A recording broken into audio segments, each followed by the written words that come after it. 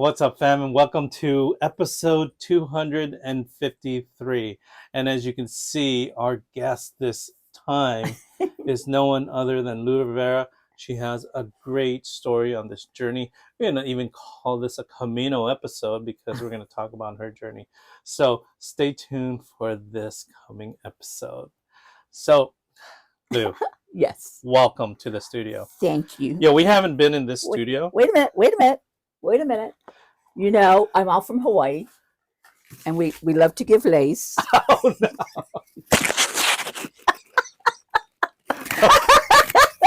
And so that's a lei for you. All right.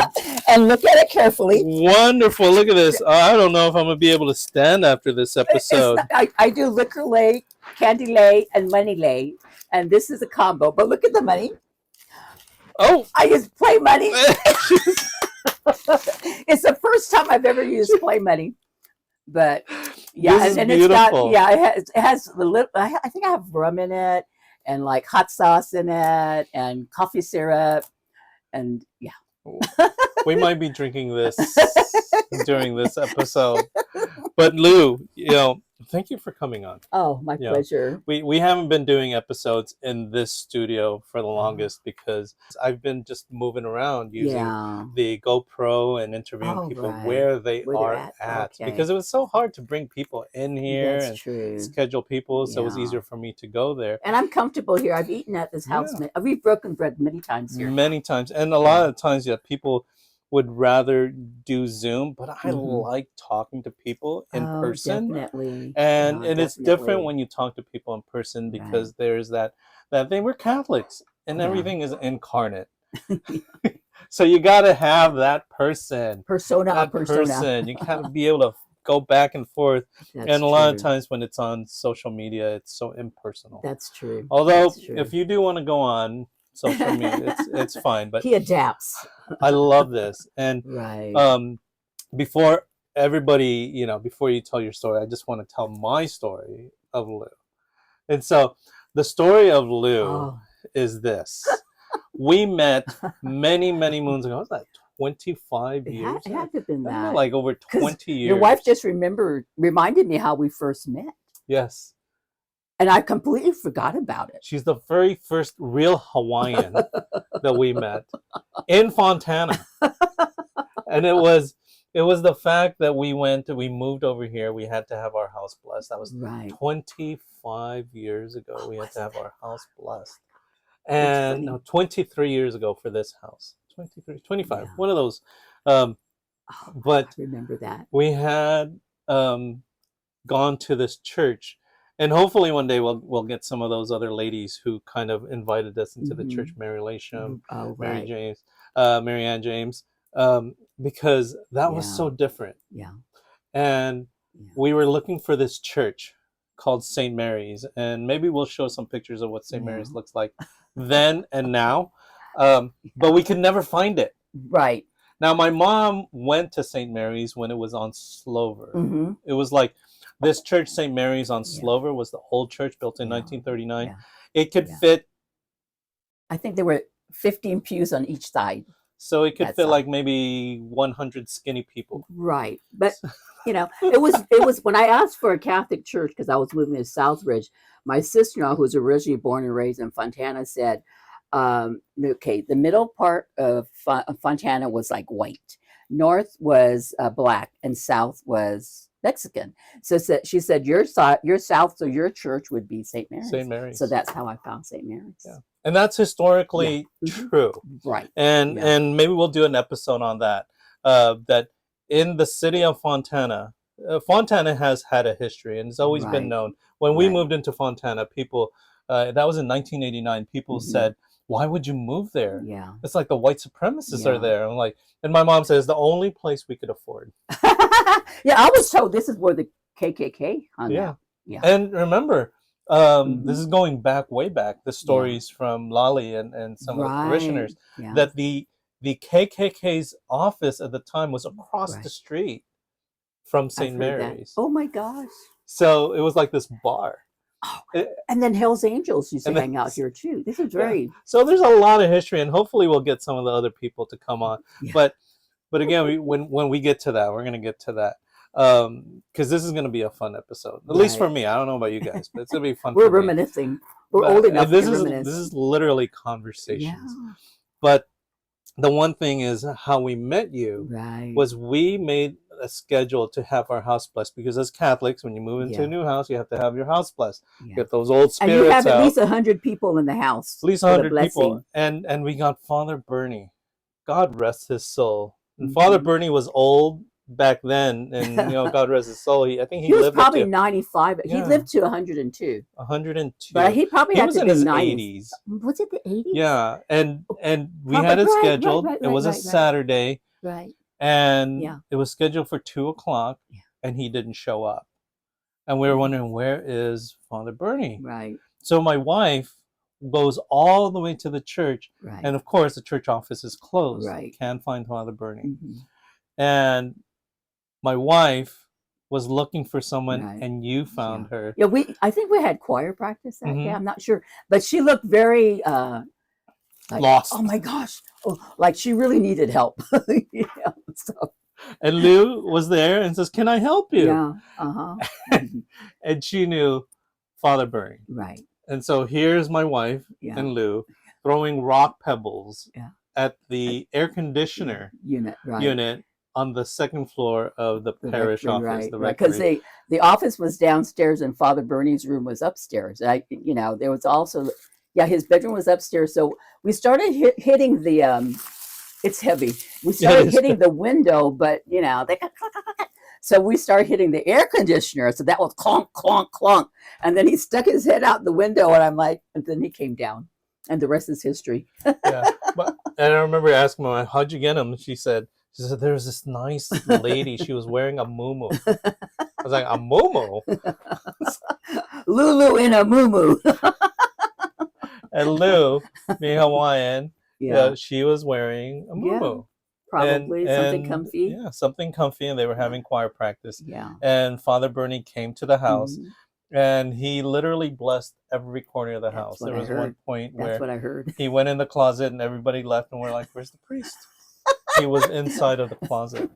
A walk-in closet. Walk-in of closet. course. He had to go inside, bless that, and get the old spirits out of there.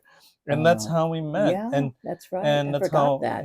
And I then we forgot that. really met when we Yeah. started really going to mass at this Right. warehouse church. Yeah. St. Mary's was the Yeah. very first warehouse On Harupa. on Harupa. We were. So we started the trend. Yeah, so we planted the seeds. So if you want to blame anyone on why there are so many warehouses Right. in Fontana, Yeah. it was We the started. Catholics. We had that warehouse in It 2000. wasn't the planning commission. It was us. Yeah, we planted the seed of a warehouse, and all of a sudden, all the warehouses Yeah, we're surrounded. were there. And so that's That's how how it we was. started, That's how we yeah. started. And My goodness. yeah, it's been, and now there's a new church. Right. There's a new church there Mhm. on the site. So Yeah. Now we're at exactly the corner of Cypress and Harupa. yeah, Yeah. beautiful Yeah. church. Beautiful Yeah. church. I hope Very a lot of happy. people really remember, and remember the people who, the origin Mm. and the vision and the dream of why it was there. Right. And Right. Oh my goodness. and then the whole Yeah. thing of the old, as you said, Fontana had a history. So as Lou said, south of Valley, everybody who's grown up, like Lolly, who's always grown up in Fontana, um, south of Valley in Fontana was relegated to brown people. Right. Right. This is before the freeway. Before by the way. freeway. So if you were Mexican or brown skin but not black, Mm-hmm. you had to live south of Valley. Right. Now, if you were African American black, you had to live north of Baseline, and the right. church that you went to was Resurrection Church, Right. which is now St. John the 23rd. Right. And right. then St. Mary's was south of South. Valley, South. which original name South. found out was Our Lady of Guadalupe. Oh, well, and then are they we changed the surprised? name to St. Mary's. When did they do that? I In didn't 19 same year, because Oh, I was guess the it? priest says too many Our Lady of Guadalupe. Just call it St. Mary's. Oh, That's why it's the only St. Mary's church Uh-huh. that is St. Mary's. Oh. It is not Our Lady of Assumption. It's not Okay. Saint Mary, Star of the Seas. Right. It's Yeah, just St. Saint Mary's, Mary's. and we can't De ever figure out Guadalupe. whether it's Saint Mary's apostrophe S or or S apostrophe or is it, It's got to be yeah. apostrophe S. So St. it's Mary's. never been formal. So it's Oh. Saint Mary's. See, It's I all didn't the know that. Marys. I didn't know that. Yeah. Wow. And then Saint Joseph on Mhm, Arrow in the middle mhm. of Fontana was for the Caucasian community, Right. and you're not Right. allowed in the city. Yeah. And so that Right. was the history of That was a history. yeah. And I think that was really made solidified like during the war years when Kaiser Steel was here. Mm-hmm. Because they brought all these workers, and it's like I'm from Hawaii, and I know when my grandparents came from the Philippines, they lived in an area called Filipino camp. Then you had Puerto Rican camp, you had Chinese camp, you had Japanese camp. So you were separated by your races, but you all joined in schools. So Mm-hmm. that's where you intermingled, and that's where we really had the sharing of cultures. Yeah, and that's amazing. You experienced that, but that's also true in California. That's true. So Yep, in California, you had a lot. Then a lot of people think, oh, Filipinos, nurses, right. and Yeah. I think what a lot of people have forgotten is Filipinos' first migrants to the United States were laborers. Right. Yeah, they worked in the fields. right. Yeah, I always like to tease Yeah. because my friend whose ancestors were the very first, the Right. manongs. Right. He Right. said, yeah, my parents, my grandparents were asparagus. They worked the fields to Right. pick the asparagus. Right. And he said Up in Delano, up that in was there. Delano. Right. And so the joke was, why did the Filipinos pick the asparagus? Why were we chosen to pick the asparagus and the Mexicans picked the grapes and the oranges? Okay. Why? And the joke was, well, we were closer to the ground. Okay. But that was miserable work. Yeah, it was. Picking asparagus because asparagus hurts. Yeah, I remember my first grand aunt that came to San Francisco. She opened a Filipino restaurant because a lot of the Manongs missed their food. So she did very well in that business, cooking. And then she invited other family members from Hawaii to come to San Francisco. But back then, you're segregated. You were only allowed to live in a certain neighborhood. It was just Asians, and then you could go to your open house, but you could never buy a house there. Yeah. And I remember my mom's first cousin was the first Asian in her neighborhood, and so they were groundbreakers.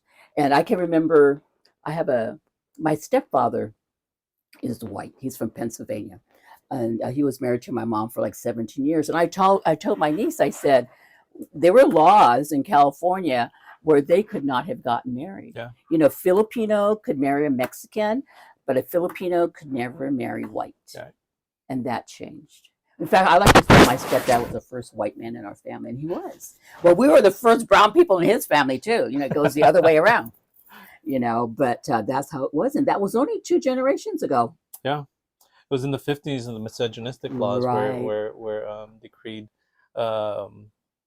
constitutionally wrong. I think the only state that allowed marriages between Caucasian white people and brown people was New Mexico. Oh, was it? Yeah, because a friend of mine, his parents were mixed, and so they went all the way and drove all the way to New Mexico to get married. But it was never, even though they were married, it wasn't honored in California or any other state. Did you ever see that movie, The Loving Couple? Yeah.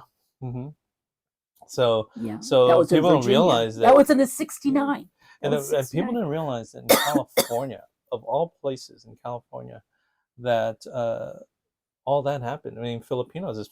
Watsonville was such an important thing. Going through high school, and I remember taking trips, as Filipino youth, going to see the Manongs and going up to Watsonville. And I remember the images that we would see presented by the Manongs this is where we lived. And right here they would show the signs that are in history books now. Like, these are history books. I remember arguing with my history teacher because we got new books, and in the books it never talked about the Right. Filipino-American War and the Right. atrocities that happened there. Right. And I remember that was my one and only success in high school. I think my teacher, Mr. Nuccio, says we're not going to use these books and put it Oh, away, and we're we going to do got the real whole history. We're going to do real the oral yeah. history. Real oral history. And Yeah. so yeah, it was a lot of things that was Yeah. hidden, but the pictures that I remember seeing were these pictures where it said absolutely no Filipinos or dogs allowed. Oh, yeah. And here I was. This Yeah. was in the late 80s, thinking, Oh, really? I thought this only happened to black people. No. And I was like, No. no. And that's what kind of encouraged me to learn Right. who I That's was as a right. Filipino, Right. Right. as a Good. Filipino American. And Yeah. I was blessed to go back to the Philippines to Right. learn the history of. Wow. And you know what was funny? There is no history in Philippine history of the things that happened to Filipinos in the That United can- States, or in the well, or about that's that a stuff. book to be written. But you know what was funny? Where I found the stories of Mark Twain's writings. It was at the U.S. Embassy Library in the Philippines. Really? Yeah, I was like, this is weird. And here's what was more weird: you had to be an American or with a blue passport to go into that library. The library, really? Yeah. You can't be Filipino. It was in the Philippines, but it was in the embassy. Oh, wow. So I'm like, well, this is interesting, but it's a lot of history. Yeah, it is. It is. So, and it's our history because, we invaded the our history. Philippines, and brought Americanism.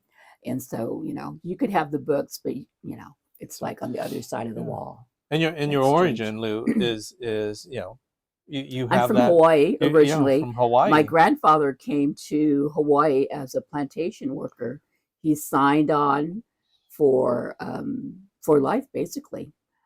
He came over when he was 14 by himself. I think there was a cousin, but they split up. They were in different plantations, so they didn't see each other that often. But he was 14 when he signed the contract, and he got married when he was 20 to my grandma. She was 16.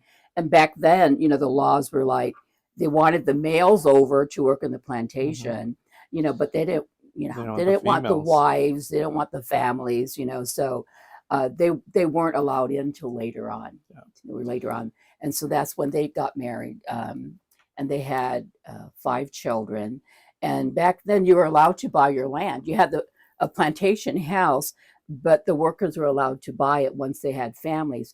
So according to my godmother, who lived next door in Filipino camp, and you had to work for the plantation to own there, she paid like $4,500 because she wanted a garage in hers. So it was like $500 more. Now that's like 1 month's rent. Yeah. $4,500. $4,500, and her husband for a house and lot. For a house and lot, and it was fee simple. It wasn't like a leasehold. It's yours, and my family owned it. Were there until maybe 20 years ago, and they sold it. But there's still some original families there that from the original plantation. Yeah. So tell us about your journey. My journey. Okay. Well, tell us who you are, because these people don't know who you are. My name is Rivera. Rivera. And the reason why I want you to tell them who you are is this is us going at St. Mary's as a former youth minister. Always be a youth minister. You start getting old, and then basically this is how I feel. When I started at St. Mary's and doing youth ministry, Lou was my age. That's right. Oh my gosh, your age. Lou was my age. That's right. That's right. Oh my god. And so here I am, still doing youth ministry. Yeah, and we've all aged. And I remember the fact that the people who got me into doing youth ministry was you, Evelyn, and Mary Lasham, and all these people who did ministry before me. That's right. And I was like, oh yes, and I'm like, oh my gosh, right? There's those like years that. The years went by so fast. Oh my goodness. And so you're right. Oh, you're part of my journey. So tell us who you Okay. are. I'm Lou Rivera. I've been a member of St. Mary's for about 30 years. I'm born and raised in Hawaii. I left Hawaii when I was 13. My stepfather was in the Navy, so we traveled with him. And he, like I say, he was the first white man in our family, but loved my mom. And she was a divorcee with 4 kids, which is like really hard for his Catholic family to accept that, that their young man from Pennsylvania, from a coal country, married this woman divorcee with 4 kids, a different culture completely, But once I talked to one of our relatives, he's younger than me, but he was like 10 years old when my stepdad married my mom, and he goes, Lou, I can remember the family talking about this for a long time, that there was someone different coming into the family, and they didn't know. And it was just like their little town, all they have is their little world. And here their son was going to bring in this woman from Hawaii with 4 kids. But she ended up not bringing 4 kids. I went over, my other siblings stayed in Hawaii, but I came over to Pennsylvania. And it was, it's white plantation, coal mines. We're in Hawaii, we're plantation for sugar. Over there is coal mines, but they're still laborers. That's what the families had in common. But, once they met her, they accepted her and loved her, and they loved me. I had a really good stepdad, and his family was always welcoming. So, from Hawaii, we came out to California, and he was in Long Beach. So he bought a house in Huntington Beach. I lived in Huntington Beach. Then he got orders for Georgia during the 60s, which is a Watts riot, and we're brown. Mm-hmm. So all 4 of us, my siblings, are like, we don't want to go to Georgia. So my mom went to Georgia with her husband, and by then she had 1 son, and I think about it now, and I'm like, she must have been awfully scared to go there. Even though it was on the base housing, it's still a different culture. Mm-hmm. Where I remember my dad going to Georgia. He was National Guard in uniform, with his buddies, and they wouldn't serve him. And this was in the 60s, early 60s, and they wouldn't serve him, even though he's fighting for the country or whatever. So they went to Georgia for maybe a year. When they came back to California, I joined them there, and then I traveled with my stepdad.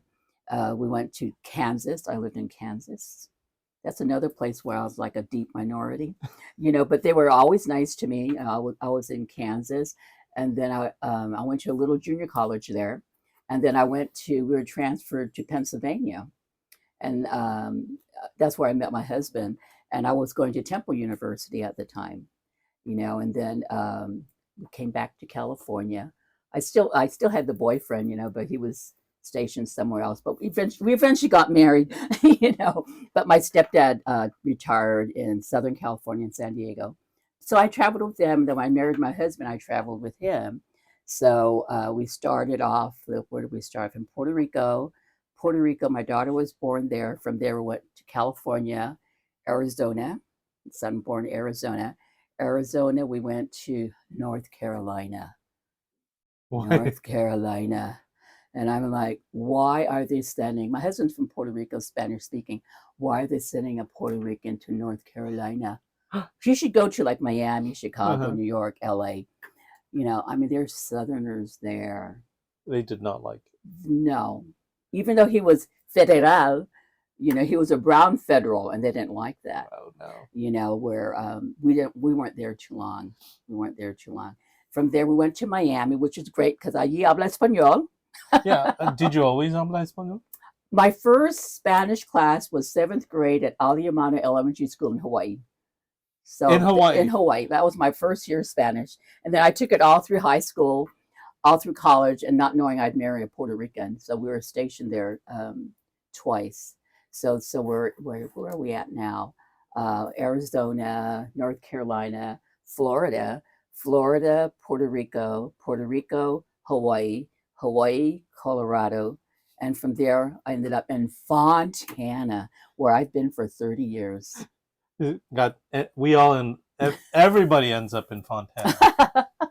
So we ended up in Fontana. I ended up in Fontana, so and one of my friends says, Lou, I've never met anyone who could just talk to people so fast, you know. Literally. And I said, I think it's my military background. You're just there for a limited amount of time, so you want to make friends fast, you know, and have a connection, you know, for yourself and for your family, you know. And I think that's where I learned how to just meet people, Yeah. you know. So and there's a lot of people to meet at St. Mary's from just all over. I always All said, over. you know, when if you poll everyone in St. Mary's and you would say, who is the person that you remember most of building church, that would be Evelyn. But Oh, if right. if you ask people like who is the most person who is always there present, like approachable and someone, Uh, it would probably be you, because this woman what are you gonna speaks say? will speak English. I speak She'll speak Spanish, yeah, Spanish with with a an accent. Hawaiian accent. Oh, no, no, no, no. It's not a Hawaiian accent. I do not have a Hawaiian accent. I have a Puerto Rican A accent. Puerto Rican accent. I have a Puerto Rican accent. I do. She'll speak. You talk to me Mexican Spanish. It's like they're on 33 and a third. If you remember records, I'm like 78. Because Puerto Ricans speak like She this. speaks fast. Yeah, speak fast. But you know, but I've forgotten some of it, you know, because I don't know if you know, but I've been gone for like 4 years. You know, I wasn't in Fontana for 4 years, over 4 yeah, years, almost 5 years. where'd you go? Well, my friend's house burnt down, Yeah, you know, and I was going through chemo at the that was time. 4 years. It took That 4 was years. 2021. That was 4 March years. 1st, 2021. Our friend's house burnt down. And I was going through chemo at the time. And I saw it on TV, this house on Tamarind Avenue. Mm-hmm. And Tamarind Avenue, Bloomington, goes from my Slover to Valley. Yeah, Valley. Oh, Jurupa, No. Jurupa to Slover. Mm-hmm. That's very short. So I was calling my girlfriend. I wanted to say, hey, I saw this fire that's on Tamarind Avenue. Do you know where it's at? Well, she didn't answer me. And then I called the daughter, and the daughter texted me and said, yeah, it's their house. And so they were at the hotel. The next morning, my daughter, who was staying with me, taking care of me, we drove down to the house and met them there. And we're going through the property. And a neighbor at midnight, 50-mile-an-hour winds, had a barrel of fire going right next to the property line. So it burnt down their house, the mobile home. Their ostriches died, their peacocks died.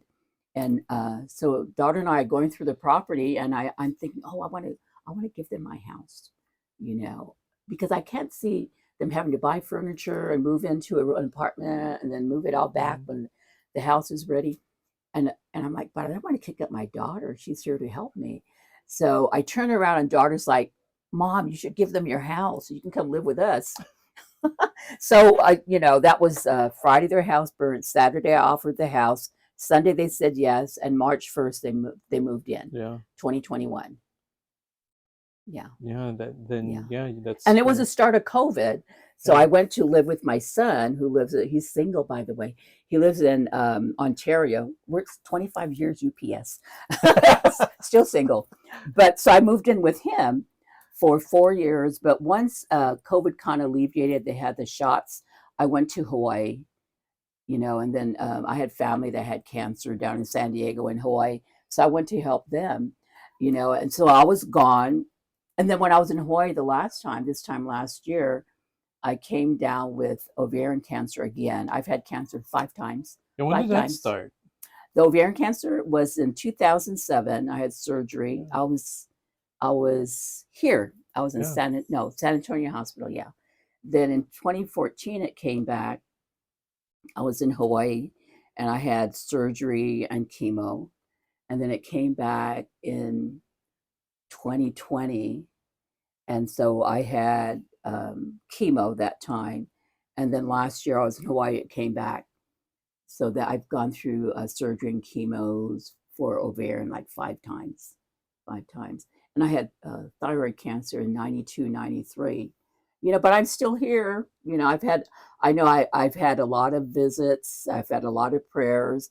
People would write. I remember in Hawaii they wrote me, you know, which really helped. And, you know, I come back, and I remember the last time I came back, and St. Mary's has seen me bald 5 times. 5 times. Last time I came back, someone came up and said, I got to rub your head. You're good luck. You're good luck.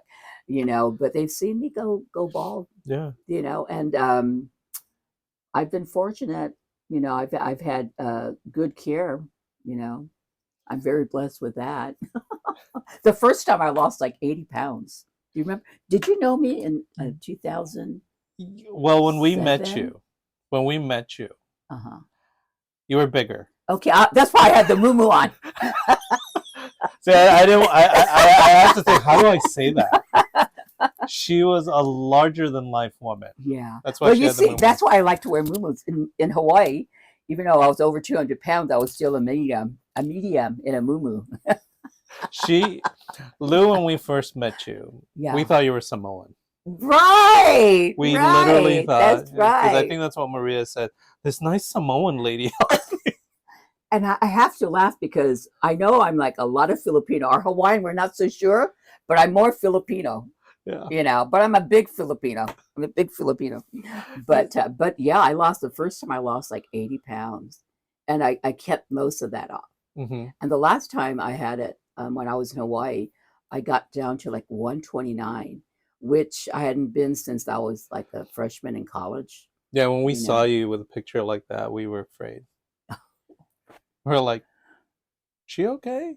Got to bulk her up. Yeah.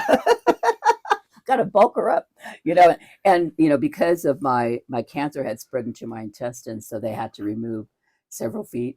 So I can't eat a lot of things like beans. I can't do frijoles. I can't do anymore. A lot of vegetables I can't do. A lot of fruits. It has to be without the skin or the seeds, and corn. I can't have enchiladas. I can't have tacos Because it won't digest. Right. Yeah. I can't even have popcorn. Oh. Can you believe that? Yeah, it's okay. Maria would die, but I'm not a popcorn eater. But I can't do tamales. Yeah. Yeah, all those stuff. But thank goodness I can do carbs and I can do meat. I can do protein. Okay.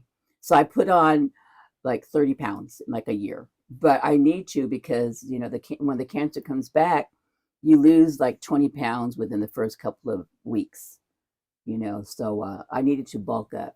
So I've always seen you like it's always like when you see Lou, it's like, oh, she's back. Right. That's right. I'm always back. Because it's like you're always traveling. Right. And I remember one time we were talking, it's like, oh, I came from New Mexico or somewhere. You went to Santa Fe. I went to Albuquerque. And she flew in a private jet. I know. I remember this. So my nephew was graduating from Northern Arizona State, whatever. So I drove up with the family. And then while I was there, my nephew's friend, whose dad is a pilot, says, "Hey, Lou, you want to come back on the jet with us?" I was like, yes. It's better than driving back with my brother on that long, long, long journey. So they put me on the jet. Total stranger. Total. I'd never met this family before, but they knew my family. Mm-hmm. They were very good friends. So they were like, "Do you want to fly in the jet?" I said, "Yeah." Oh, my husband used to fly little Cessnas, but just a single engine or two engines. Now this was a jet. So I'm like, yeah, because I remember I came back, and then you're having that dinner here. Mm-hmm. Where they had the leaves out on the table, then the food, the rice and the meat and the vegetables, and you sat there and you just ate by your hands. I got here just in time to eat. we were having a feast. I think we were celebrating. What's it called? Oh, what is that? It's a Filipino thing where we just put all the food on banana leaves inside, with your fingers, and we put like the rice in the middle and all the meat all around, all the shrimp, all the barbecue, and you just eat your portion and. It was There's really nothing, good. no dishes to wash. Right. Yeah. No spoons or forks. Just wash your hands and fold the leaves and throw them away. Right. Yeah. I'd never had that before. Yeah. That was really good. But I remember that trip because everyone's like, I thought when you were in Arizona, I said, oh, I got on a jet and I landed at Chino Airport. Yeah. like most people would hitchhike. I know. And get a ride from a big rig. This woman hitchhiked and got a ride on a jet. I remember that now. Yeah. And I always laughed. It's like that totally is your personality. Yeah. And then I think I go back to Hawaii a lot, because I have family there, and I always tell them, I have an airport right here in Ontario. You're welcome to come to Fontana. What's in Fontana? I said we're about 40 minutes from Disney, like 4 hours from Vegas, an hour to LA, hour We're in the middle. Palm Springs, and then 2 hours San Diego. So we're centrally located, but We're the crossroads. yeah, we are. We are really literally Yeah. the crossroads. Yeah. If you're heading down to San Diego, we're at the 2 crossroads. hours. Yeah. LA, crossroads, yeah. right there in the 10 and 215. We're right in the middle. Yeah. And Yeah. And people have taken me up on it. My god sister calls, oh, can I come over visit? I said, yeah. Can I bring my mom? Oh, my Nina? Of course we have to bring the Nina.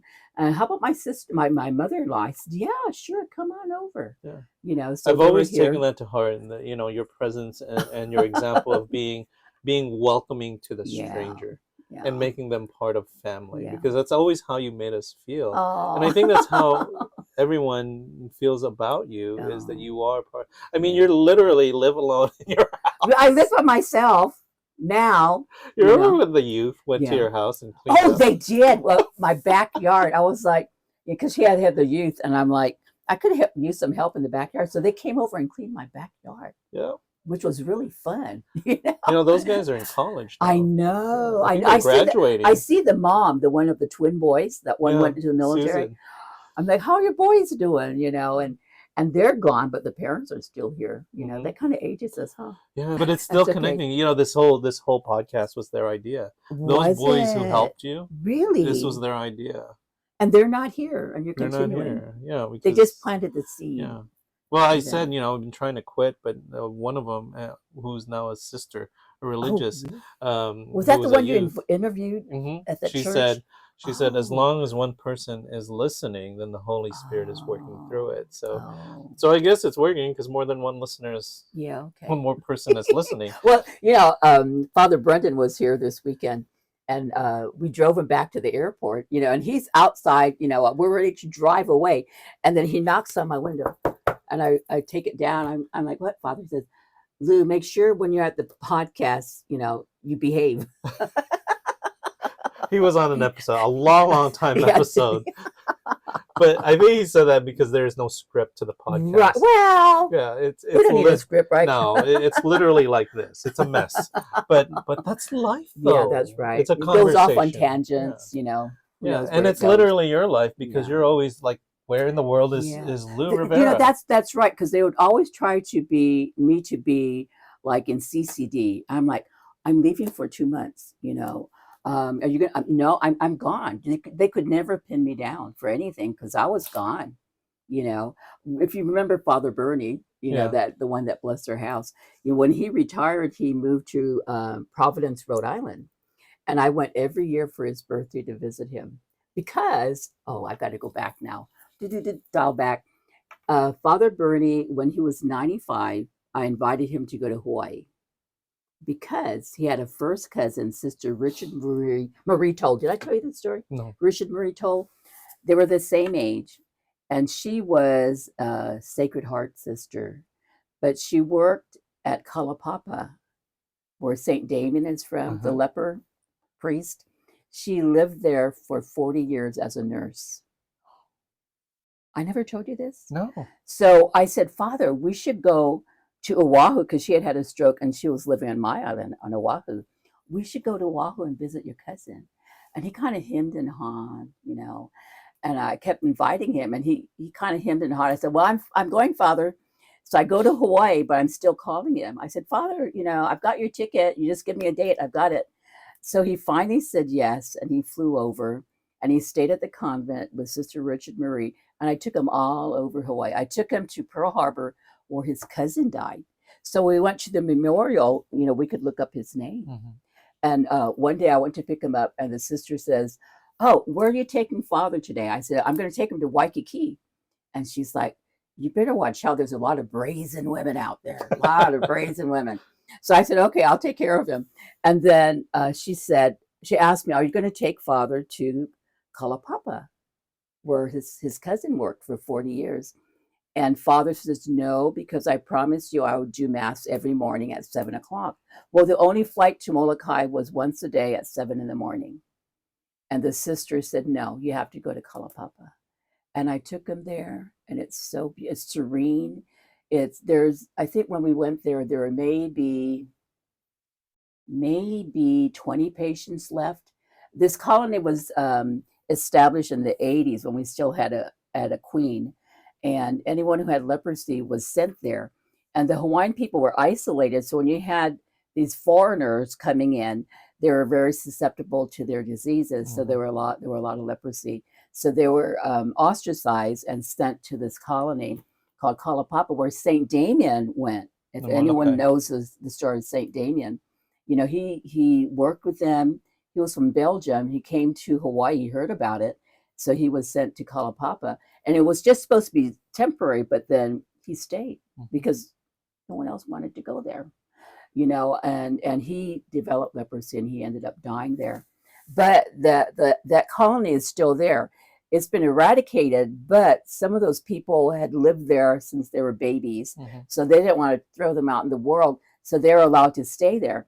So today there's maybe 7 or 8 left on the colony, and they're allowed to come and go, but they have a house there for the rest of their lives.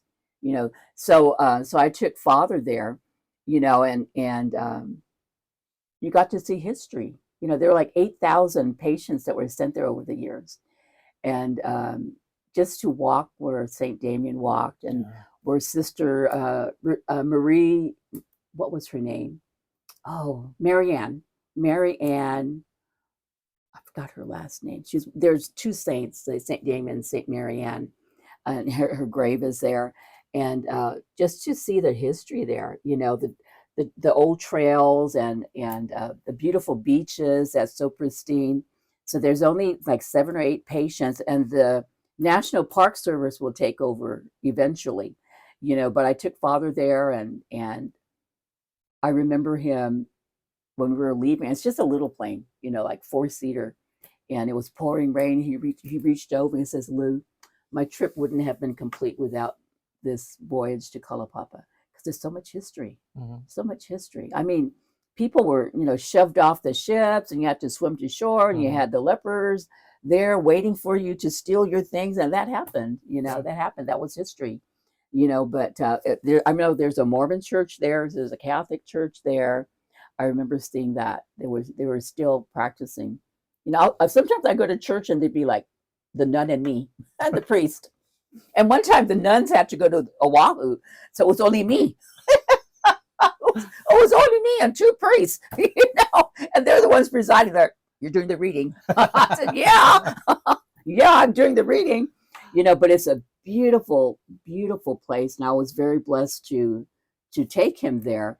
Then I had an aunt that knew some people there, so we were allowed to go there to camp for, I think, maybe 10 days, but we had to be sponsored by somebody there, and we'd go fishing, and we'd cook. People would make lumpia, and then we'd have kind of capella where people would come over with the ukuleles and play music and dance hula, and just like 10 days of just relaxing with friends, And every day I'd go to church, and do mass, and then go back, and we'd start, chopping vegetables for the lumpia or whatever.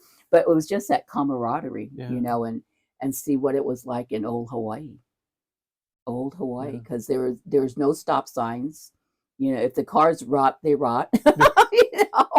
I think there's one supply ship. You order everything, and it comes over like once a year. That you can order things, and then there's a plane that comes in, weekly, or several times a week, and you can order things there. But beautiful, beautiful, pristine place. But only seven patients left there. 7 patients, but just incredible. If you ever have a chance, anybody ever have a chance to go back to see Kalapapa, because there's a lot. But I was talking to my sister the other day, and with COVID, they had to stop any visitors to the island, to Molokai, because of the people with leprosy there. So she said just recently they started offering tours, and it booked up 1 year fast. Yeah, because it's almost like it's they only take like 8 people at a time. We were lucky we got to camp there. Got to go camp, and we played bingo, and in fact, even our nights at Columbus, I asked them to donate so I could buy supplies for the bingo game, and they did. They donated so I could buy the prizes for the bingo game because it's entertainment for them. So But your life has been uh, just moving around all over hmm the and place, I've been here meeting, for 30 years yeah, now. but meeting all these people, Yeah. and your father is pretty famous himself too. My dad, he did Hawaii 5-0. He did Hawaii 5-0, and that was in the 60s. And his widow still gets residual money from them. Can you believe that? people are people are probably like, who's her father in Hawaii 5-0? It's not the white guy. No, yeah, That is not her. it wasn't Steve McGarrett, Steve and McGarrett. it wasn't that Bookham Dano either, and it wasn't Shinho. My dad, he did like bit parts. I think one he was a captain, a sea captain, and one he was a drug dealer. Another one he ran behind. He wasn't behind a bar, but he had speaking parts, so he gets paid for it. Yeah. He was with Screen Actors Guild. we're gonna get a picture and we're gonna post it Oh, right here. We're gonna put it right here. You've been to my house. You saw my dad's picture. I want to take a picture of it. And we Oh my take God. a picture of it, so we're gonna post it so people are like, "Oh, Yeah, him!" yeah. He's very photogenic. He's very handsome. Yeah. He's very. In fact, Father Avil kind of reminds me. He's built like him, Uh-huh. kind of like stocky, short but stocky. So every time I see Father Avil, he reminds me of my dad, my father's father. Yeah. So I always Right. reminded when those episodes are like Hawaii 5-0 and then like the older version, not the Yeah. current one. Da da da da da da. Yeah, Yeah. that one. It's like I'm like, oh, that's Lou's dad. Yeah. I think he did like 4 episodes. Hmm. Yeah. But he still gets paid. Anytime they show it anywhere in the world, they get Mhm. paid for it. And he was in what was that? Was it Family Affair with Florence Henderson? No, Florence Henderson. No, the Jeffersons. He was in the Yeah. Jeffersons. They did a shoot in Hawaii, so he gets paid for that too. He was a guy on the reef in a lava throwing the net. We'll throw the net out into the sea, and all the come swimming to me. That was my dad throwing the net for the hukilau. For the Hukila. Yeah, but yeah, he still gets paid for that. See, it's like That's my daddy. it's a bit of history there too. It is. You It know. is. So Yeah. there's a lot of history in your life, and part of 30 years of that is history here In and in Fontana, Fontana and right? St. Mary's in the south Yeah, end of Fontana, right. and you still take part of the South Fontana group Right. that meets once a year, right? They do, but I don't think they did it this year with COVID. They kind Uh-huh. of dissipated a bit. I mean, COVID just affected so many of us in so many ways. A lot of Yeah. people don't realize that Oh, that South Fontana was in of itself a community, it was. because it was just in of itself Yeah, they're separated. the old Fontana. You're talking about 3 generations, 4 Hmm. generations. And in fact, we were talking about it the other day. I was at Mary Ann's, and Mary Ann James has been part of this. She's 87 years old now, but she's been part of South Montana for decades, decades, decades. And we were talking. I remember her taking me around. She's the one that got me to do visitation to the sick, to bring Hmm. communion to the sick. So we were doing this one day, and she's like, "Well, let me show you where the hog farms used to be." Did I tell you this story? No. The hog farms in South Montana. During World War II, the trains would come in from LA, from all the leftovers from the restaurants or whatever, and they would bring it down here to the hog farms in Fontana, Hmm. and they just dump it there. And then the hogs would get fed all this good food. But then she was telling me, and several of the ladies from original South Montana would tell me that they would go down there because this is all food from the restaurants. So sometimes, the silverware would get thrown in there or jewelry would get lost Hmm. somewhere. So they used to go through there and look for all this stuff.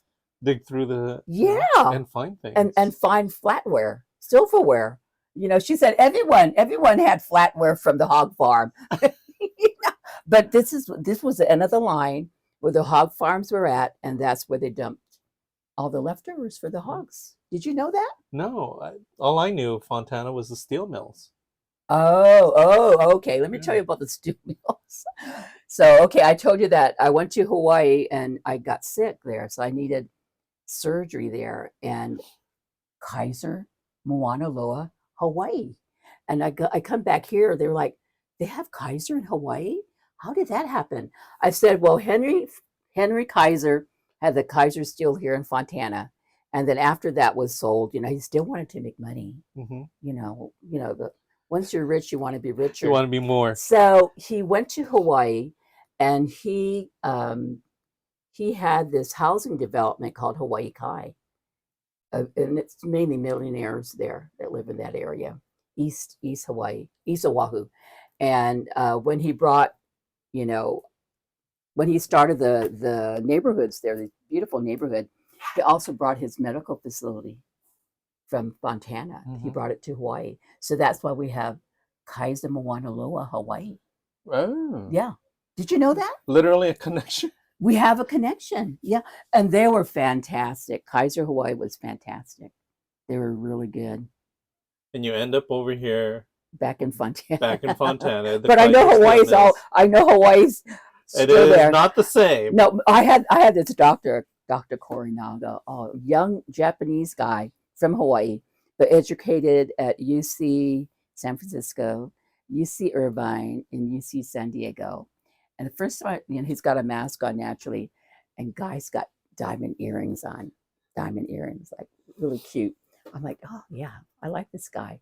So I had surgery, abdominal surgery, so they put this binder on me. And Dr. Korinaga comes in to examine me. I'm like, Dr. Korinaga, I really like this Bridgerton binder. You know what Bridgerton Yeah. binder is? And that man laughs. He knew what I was talking about. If you watch Bridgerton, they Yeah. had the style where your boobs are like up in your up past your chest. It's like right under your chin, and this is what the binder did. He just like pushed everything. He just laughed and laughed and laughed, and I felt so grateful to him. He understood my joke. But then, the last time I saw him, my last exam, I go in there and he's got the mask on and we're doing the exam and all that. And he's like, okay, you're free. You can go back to California, keep in contact. And then he pops his head back in. He's removed his his mask. So he's got the diamond earrings, got a full beard just like you. Such a juxtaposition for this, Japanese man, with this full beard, because Asians don't do a Yeah, lot of hair, facial hair, and then diamond earrings. But he was a good surgeon. He worked on me for 12 hours. Yeah, he had my intestines on the table. And then he had to call a bladder specialist, to remove some of that. But he was with me like 100% of the time. well, Yeah, he I've was I've really always good. felt that you are protected. That Oh, your angel is working I overtime. don't know if I told you the story about the angels when I was in the hospital. No, no, tell Oh us. my gosh. So I'm at Kaiser Hospital and the nurse comes in, checks me, then she leaves. And when she closes the door, the wall was just full of angels. And I know one was Evelyn Pirali, Oh, a good friend of ours that passed away. But they all looked the same, but it was a choir and she was the one in charge. And I just felt her soul, hmm. Then the nurse came in, they all disappeared. I'm like, okay. Then she went out and closed the door, and it was all angels again. They were back. And I knew I was very blessed to see them. I knew one was Evelyn, and the nurse came back, and I never saw the angels again. But I'm like, so now I don't know if they came to visit me or if they came to take me away, because we were interrupted by the nurse. We were not quite ready, but knowing But Evelyn, I didn't tell you that. no, Oh my but knowing gosh. Evelyn was probably that saint. God says, you know what? These angels need some practice. So I'm going to send you down there and bring these choir of angels. And she's taking a tour. It's the Evelyn Oh my. Choir of Angels tour. I was so, and I knew it was her in my heart. Yeah, I knew it was her, and I yeah, was so glad that she came to visit. yeah. But so I tell my daughter, and then my brother. She tells my brother, and my brother goes, "It's probably the medication, Lou." But you know what? Heaven's not ready for you yet. Yeah, I know. Yeah. People at church, when I come back every time, they're like, You're here to be a testimony. Not that you know what you mean. They didn't say you're still here. No, no, no. You're here. You're here to be a testimony, Lou. You're here to be a testimony. You know Because what? I One of the have, things I want to yeah. tell you is there are a lot of times there's division. There's always division in anything. There's always things of people focus a lot on negativity, and it's so easy to focus on the negative things, and it's so easy to get factionalized, and That's true. and so, but you know, being in church and being involved in church, people always say it's like, I'm never gonna get involved in church, those people are crazy, and they are. and and the thing is, when you start getting involved in church, church is a hospital of a bunch of people who are broken, and they bring their brokenness there, and it becomes sometimes church toxic. I know what you're saying. We feed into that because, again, it's We're easy. human. It's easy to human. jump on the bandwagon and dogpile on someone. And I've been guilty of that. I think everyone's been guilty of that. But one person, I always tell people, and I tell this to youth all the time, is one person who witnesses to me someone who is different from that is you. And the reason why is you can be in the fray where people are dogpiling on something or someone or an incident, and you'll come out with the most calm statement of just correcting people without correcting people. It's like redirecting something to goodness again, because you have this positive attitude. And I think where people say is you're here to give a testimony is because you're a Filipino Hawaiian with white families and speak Spanish. That's true. Come to think about it. You are the person who actually has their feet in different, every single section, and you get it. Come to think about it, you're making me think now. I used to go back to Hawaii with my kids, and my cousins, they were born Hawaii, raised Hawaii, and they never left Hawaii. So I come over there with my kids, and they're like, "Oh, I want to talk Haole like you. Yeah, I want to talk white like you." And I don't realize that, that I've been gone so long that I have a different accent. And then it's the same here, when they realize I can speak Spanish, I can understand Spanish. They're like, oh, that's, you're not like stuck in your little box. You're willing to go out. You're willing to go out. And like, I was raised in Filipino camp in Hawaii till I was like 12. But, at that age, you're still like hovering at home. You're not going out. So I really didn't have a lot of the Filipino culture in Hawaii. I learned here in Fontana because there are so many Filipinos. It was here where I learned about sinigang. I'd never had sinigang before. I'd had adobo and pancit, lumpia, stuff like that. But the other specialties, I'd never had. Ube, I've never had ube before. So I learned a lot here. And then when I first got here, they're like, oh yeah, I'm not sure what she is. She looks Filipino, but she speaks Spanish, and she doesn't speak Tagalog or Ilocano or anything. What is she? She's a Samoan. That's what everybody was saying. Oh, have you met the Samoan lady? What is the mumu?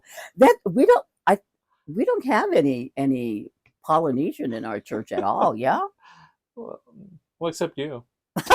And I'm still not authentic Polynesian. I'm not documented. This is how far Lou has infected St. Mary's. That when the opening of the church, everybody says every priest has to have a lay. Yeah.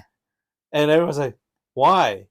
I think it's become a tradition that we have a lay because you started that. Yeah. It's like, what other predominantly Hispanic community gives lays? So if it's not graduation. So they called me. They're like, Lou, every ministry has to bring a lay. And I said, well, I can only do one because I have neuropathy, the deadening of the nerves from the chemotherapy. I've gone chemo 4 times. And so it's really hard, plus arthritis. I'll do one, But you can tell them to YouTube it. You can learn how to do it on YouTube. But the first time she asked me, I'm like, okay, do you want money, liquor, or candy? Lay. And she's like, flour. Flowers. The original. So I said, yeah, sure. So I called my sister in Hawaii and I said, our colors are blue and white. How do I get blue if they don't have it in the florist? She says, you just use food dye in a little bit of water, put the stems overnight, and they'll suck it up into the What? white flower. So I said, oh, good. And I was going to actually go swap meet because when Father Suresh, who was from India, first came, I approached Father Al and I said, could I make a lei for Father Suresh? Because that's like his culture and my culture. He said, oh, yeah, sure. So I went swap meet and I made him a lei. And that was the last time I made a flower lei. And that's been like 10 years, 10 years. But my friend had a connection of florists, so he got me the blue and white carnations, so I made the carnations leis. And so when the gal came to pick it up, I said I made 4 instead of 1, because if YouTube, they say use like 60 to 80 flowers, but our flowers are big, so I was able to make 4, and I'm so glad Father Brendan got one. I was very happy. One of the things is every single picture of my kids in their graduation, high school graduation, college graduation, my graduation. Yeah, when he retired. When I retired, and when I graduated from and this for a broadcast, he got a lei too. It's fake money, and like it's not tequila, it's like Tabasco sauce. No, there's vodka in here. Oh yeah, it's Bacardi. Is it Bacardi? Yeah, Bacardi. Okay, hey, so I have to be a little authentic. But yeah, every single one. So the 2 I got from when I retired and when I graduated from CMFP. Yeah, that's right. It's like every single one of our pictures. Yeah. If you ever look, it's like, oh, why do they have leis? This woman. And I give it graduation, retirement, and they never know. They never know I'm going to give them anything. Or when Deacon became a deacon, or when Salvador finished a class at Loyola, I give it, and they don't know I'm going to give it to it. And like one of our parishioners, her son graduated from Northwestern, and an only child, and I said, take this for the graduation, and they were like, and they just had their 25th anniversary silver, and I made them a money liquor lei, not fake money, real liquor, and I've even given it to the altar service when they're graduating, and they don't know I'm giving it to them. But it's like I remember when I graduated from high school, I was here in Fountain Valley High School, and away from my culture, but my uncle sent me a graduation lei, carnation lei, when I graduated high school, and I remember feeling so special, and I want people to feel that special, because like the altar servers, they're there for years and years and years. How do we recognize them as an individual? So if I'm in town, I find out, I'll make a lei. I'll make a lei. Yeah, retirement is good. So I forgot who was it I made one for, and he didn't. It was a night of Columbus, and he didn't know I was going to give it to him. And we were doing the 4th of July, selling the fireworks at the booth, and I gave it to him, and he was very happy. So the next time I saw him, I said, "Hey, did you share the liquor with your sons?" Heck no, it's like in my office. I'm not going to take it apart. So okay, but a lot of it, I use a kukui net. It's a little round net. And the original kukui net, the Hawaiians used it as a candle because it had an oil in it. The ones nowadays are replicas from the Philippines or Hong Kong, whatever. But the original kukui net was a candle. So it's the light, and when I give it to someone, it's because of the light, either the light of Christ that shines through you, or you're following Christ's light. But I love the kukui net, and it's very popular. It's a very popular item in Hawaii. So when I was making the carnation leis, I thought, well, if they don't have enough leis, I want to make sure at least I have some kukui net as backup. So I ended up giving kukui nuts to the deacons. Aww. Yeah, because I wanted them to have it. The original Yeah. servers. Yeah. So yes, I like to give out the lays. The money lay's fun. My nephew's graduating from high school, and he years 8th grade graduation. He goes, Chichi, Auntie, do I get one for high school graduation? I said yes, yes, and college. Hmm. So I contacted his dad, and I said, what's his favorite candy? Because I'm going to make him a candy lay too. So he gets candy lay, money lay, but no liquor lay. So Lou, when has you've been such a testimony, and people know you for being joy filled. I don't think anyone can ever say that they've ever seen you um, not joyful. Oh, I've been there. Um, We've all I, been there. I think there was one time where we were worried about you is because you were really sick Oh, and oh, you looked like you weren't as yeah, you weren't as jovial. right, yeah. So everyone's like, Cancer does that to yeah, you. everyone was like, "Is she okay?" Yeah, And the hubbub was going on, yeah, and I think prayers were being yeah, said extensively yeah. during that time and always. But what has been your inspiration of being, here and at St. Mary's, even at St. Mary's? What has been your inspiration Um, to I, live out your life? I just always, I've got to give you some of my religious background. I was raised, in a Filipino camp, and so the Catholic Church was right up the hill. But my parents, I wasn't raised with my parents, but our school was only like a 5-minute walk to the church, and we would go to catechism class, Hmm. you know, and my grandfather, he would sign our paperwork, and I would go to catechism class because all the Filipinos and Portuguese went there, on Tuesday afternoon at 1 o'clock. We all went to the Catholic Church, and I remember asking to be baptized. Now all these kids are usually baptized already; they're getting ready for First Holy Communion. So I asked my parents, I asked my dad if I could get baptized, and he said no. He says, no, I'm not going to impose my beliefs on you. You decide when you're adult. But I knew I always wanted Christ in my life. I just knew, even though they weren't promoting it to me as a family. No one was. No one Hmm. was. But I knew I wanted him in my life. So I went to CCD, even though I couldn't participate in Hmm. anything. I still went. And then when my mother married my stepdad, John, he was a Catholic. And so we were all baptized, and then they were married in the Catholic Church. So they got me, yeah, and they would go to church intermittently, but I didn't receive my first Holy Communion until I was probably 19. We were stationed in Philadelphia.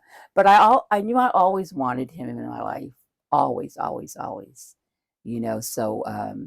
And then during my married life, my ex wasn't religious at all, but the kids and I went to church, they did the first Holy Communion, but I just always knew he was going to be there for me, no matter what was going on in my life. And even if I wasn't actively participating, I knew he was always there for me.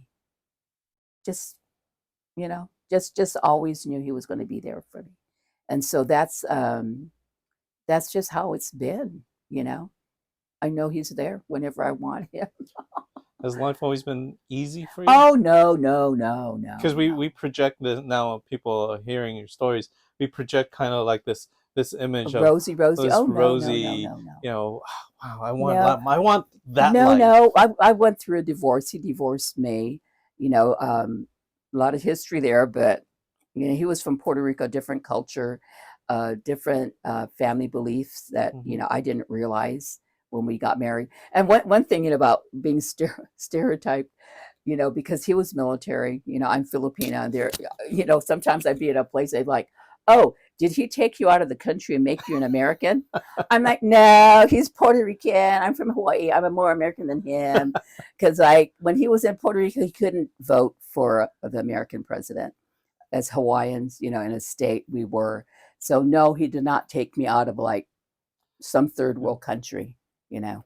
Um, but his it's a different culture down Hmm. there. Having extended family is very common. Having a second or third family is very common. Wow. I did not know that. I did not know that. In fact, my husband, his dad was married, had married His wife had 6 children. And then my husband's mom was married and had 2 children when her husband died. So she became a mistress to the dad, and she had 3 children from him. So there's 6 from the main family, 5 from the secondary family from 2 different dads, and then there was another child. So, and that was, I didn't know that because we met in Philadelphia. We weren't in his culture. And then once I was in Puerto Rico, I was like, oh, wow. You're like, It's I'm not different. about that. I and I didn't know he was going to be participating in this kind of culture, which I didn't know about for years, but so it hasn't been a bed of roses, and especially being a military family Mhm. where you don't have the support system of your family and friends, because we're moving, like our longest tour was 2 years and 10 months in Hawaii. And we would have moved after 8 months. They wanted to send him to South America on embassy duty. And that would have been like a year and a half in 2 different countries. So when you're a military family, you don't have that support. You're kind of like stuck. You don't have really anybody to confide in because you're moving like every 18 months. Mhm. So that's why I'm glad I had Father God on my side, that I knew who would always be there for me, because I didn't have the support Mhm. that most people have as far as friends and family. So it was very, very lonely. I can remember the first time I had cancer, we were in Colorado, and my kids were young. George was still in elementary. I think my daughter was in junior high, and he was able to retire. And I was going through cancer. I was going through thyroid cancer. And we were having dinner with his cousin, and cousin asked, "Well, what are you going to do when you retire?" And he says, "I'm going to go back to Puerto Rico." And my kids and I were shocked because he had never discussed it with us. Yeah. I'm going through cancer and our kids are young, and then you're saying you're going to leave us and go to Puerto Rico. I haven't shared this very many people, but and then I didn't have any support there, but I had to stay because my medical was there. Mhm. I had started treatment already. So to me, I didn't have an option. I had to stay there with my kids. And then he left for Puerto Rico. No, no, no muy bueno. No muy bueno. And then he came back, but they have a saying, if they tell you who they are, listen to it. And he was telling me, but I wasn't listening. Mhm. Because I was raising 2 kids and trying to go through cancer, with no support. And my poor kids, I remember my daughter being very upset, like, what happens if something happens to you? Mhm. What do we do? Dad's gone. Our closest family was here in California. Oh, no, I had a cousin in Colorado Springs, but we didn't know her that well. So that was tough. That was tough. I can remember, having to go for treatment, and then my daughter was she was in special classes at the University of Denver. She was in junior high, but she qualified for some classes. I would take her there, and I would just sit in the parking lot. you know I remember that, and my poor kids had to see that. Mhm. I tried not to, but they were there. um and I remember there was a Catholic church close by. I would go there. But like I say, if you're there just for like a year or so, you don't have the support. Mhm. It was very lonely. And that's when I decided to come to California. My brother was living in Fontana, so we came out here and stayed with him until I bought my house. But yeah, that was probably the lowest. That we were separating, and I was still going through cancer, and I had 2 young kids. So You know, did you have to decide to be the way that you are, or have you always been the way that you are? Jovial and jovial. or is Well, that is you that know, something that, I have to, no, once I didn't have him in my life, I could be happy. it's it's that thorn. There was St. because Paul says, get rid of this thorn on my side. I would use another word for thorn. Synonymous. It's anonymous. Remember, we have youth who watch this. Although our primary listeners now are in the ages of 24 to 35. Okay. Okay. You know, life has its ups and downs, but you know, fortunately, I'm still here. You know, still inspiring people. Oh wow. So who's inspired you? Oh gosh. I think a lot of times it's our fathers, you know, their dedication. And I loved Father Bernie. You know, like I said, I went out to visit him 5 times when he was in Providence, Rhode Island. You know, and I remember the last time I saw him. You know, I was on the East Coast, and the family said, you know, Father's not doing good. If you have a chance, go and see him. So I went to see him, and thinking he'd be on his deathbed. No, he was sitting there watching EWTN, has his rosary, has his Bible. So we visited for a few days, and I always stayed at the house. You know, they were very accommodating.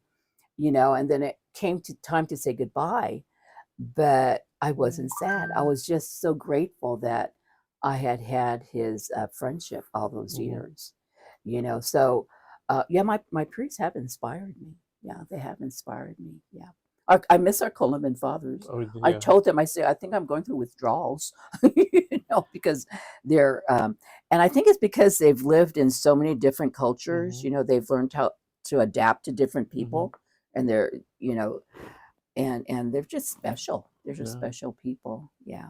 Yeah, I think the only order I've ever actually worked with are Jesuits when I was young. But as an adult, it's the Columban Fathers, from Father Jerry to Father Bernie. And Father Bernie cracks me up because, you know, he was the only one who refused to live anywhere else but the attic of the house. Oh, Because somebody needed to be close to the Eucharist. But okay. I just remember him not ever refusing a confession or not ever refusing to celebrate a mass. I think it was someone told me, it's like every time someone had a retreat and they asked him, he wouldn't say, I'm busy. And it'd be up in the mountains or He up would in the go. desert. It would be up in the desert where it's like, and I remember someone saying that they think he had a bilocation. He was like in 2 places Well, at the I same know time, that in the desert and at church. that one of the things that he had a gift of was that, and this was one of the young men who spoke to me and said, "Oh, you see them too." That he could see demons. Oh, Father. That he experienced those too. So then he, you know, there's some people who are challenged and are tried by demons who and Well, he had a first cousin, also a priest, who was an exorcist. yeah. Did you know that? No, I did not. Yes. So Yes. maybe that's why he said that you could see them too, and so that's why he's always so close to the church, and he was always there, smiling and offering up, you know, his abilities to people. I love that, man. Yeah, I did too. Although by that time later on he'd fall asleep during mass. I heard about that, and you know, I used to take him. And everyone who knew Father Right. was just so gentle. It's like, oh, and I think it was one of the altar servers who tapped him, and then he started over with his homily. So I remember I used to take him 2-hour mass. I used to take him to visit. There were a few older ladies, and we take communion to them, you know, and I'd pick them up in my little red Miata convertible. Yeah. So there I'd be driving, and here's Father next to me with his white hair blowing in the wind, you know. It was just and then when we come back on church grounds, you know, there'd be people there in the parking lot. He'd be like, it was so cute. It was so cute. Father in a little red Miata convertible. There's an 85-year-old man with a Hawaiian driving him in a red Miata. I wish we had taken a picture. Down. I wish we had taken a picture of it. I don't think we ever did, you know. But you know, I was gone for like 4 years. You know, when I came back, you know, there were a couple of when I left, they were teenagers. Now they're in the 20s. They're like, "Hey, Lou, do you still have your Miata?" I said, "Yes, I do. I can't drive it. You know, I had seizures, so I'm not allowed to drive yet." But even one of the guys, one of the knights, he's been after me for Yeah. years. I didn't see him for 4 years, but he saw me. He's like, "You still have Indiana?" I said, "Yes, I do." But I can't drive. He says, "You have my number, right?" I said, "Yes, I do. Yes, I do, Mondo." Yeah. Yeah. Yeah, but yeah, Father Bernie was special, and Father Bob. Father I Bob. like when they first came. I really liked them because Father Bob had been um, he was in the Navy, and he had been a chaplain for the Marines Hmm. for many years, and he had a house in near Fallbrook. Did you know that? No, I did He had a, not. had a house in Fallbrook, a condo, and then when he retired, he lived there, and then he was helping in one of the Indian communities near Fallbrook, because we would Ilda was very close with him, and we'd meet up with him like for his birthday in February. Every few years, Hmm. we get together. But I really got along with him because he worked with the military, and I'd Hmm. been a military wife, so he knew our lifestyle and the downfalls and all that. So I really got along with him. He was good. He was good. Yeah. So that inspiration from those priests led you Hmm. to do what? Oh, just to I would say just to keep God Yeah. closer to me. They're close to Yeah. him, and they're great guys. That's what I want to be. We want to Mhm. be Christ-like, and that's what the priests are like, and we want to have that peace that they Mhm. have, that the priests have. So I think that's what inspired me about them. You know, I mean, like I was telling you earlier that like Father Arturo, when I first met him, he was in Los Feliz. He was in charge of the house there, and when he came here to St. Mary's, I'm like, gosh, Father, I remember when I first met you, you had jet black hair, and now it's all white, because he was a superior general Yeah. in Hong Kong for 6 years when he came before he came here.